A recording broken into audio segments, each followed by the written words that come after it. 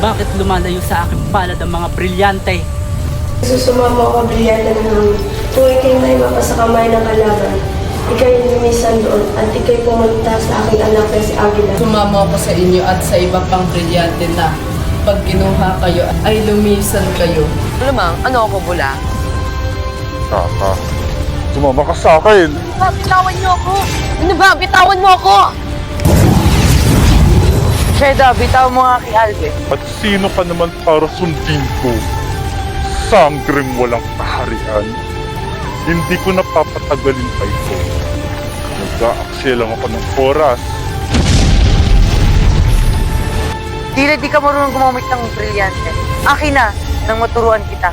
Humingi ka muna ng pahintulot sa aming mahal na Kero Anaka dahil siya ang nagtunay nagmamayari ng brilyanteng hawak ko.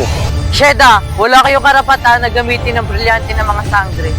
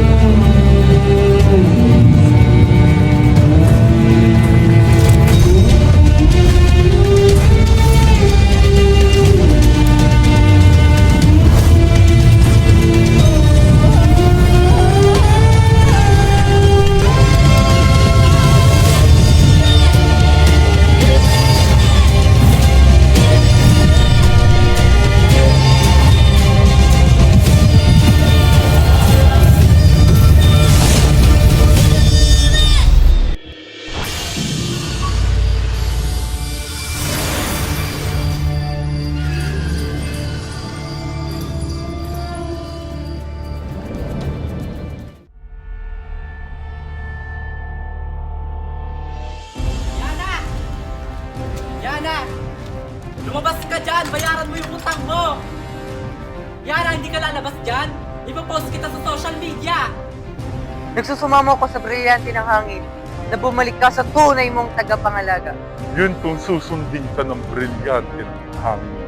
Wow, ang kapal ng mukha, nagpakita ka pa. Ano na te? Anong buwan na ngayon?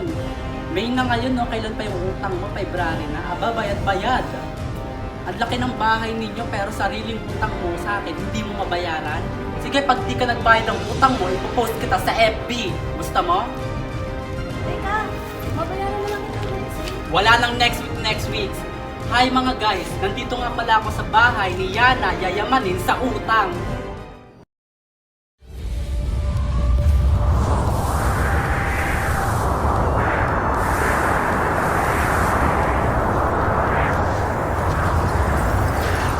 Prakal!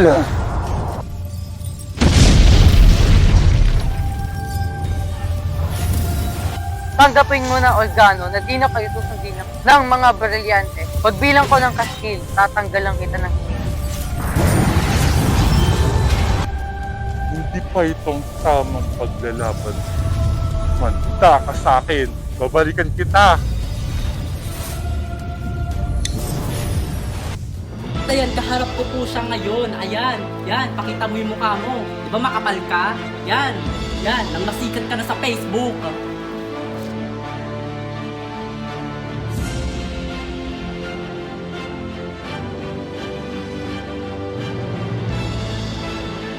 Gising, gising. Sino ka?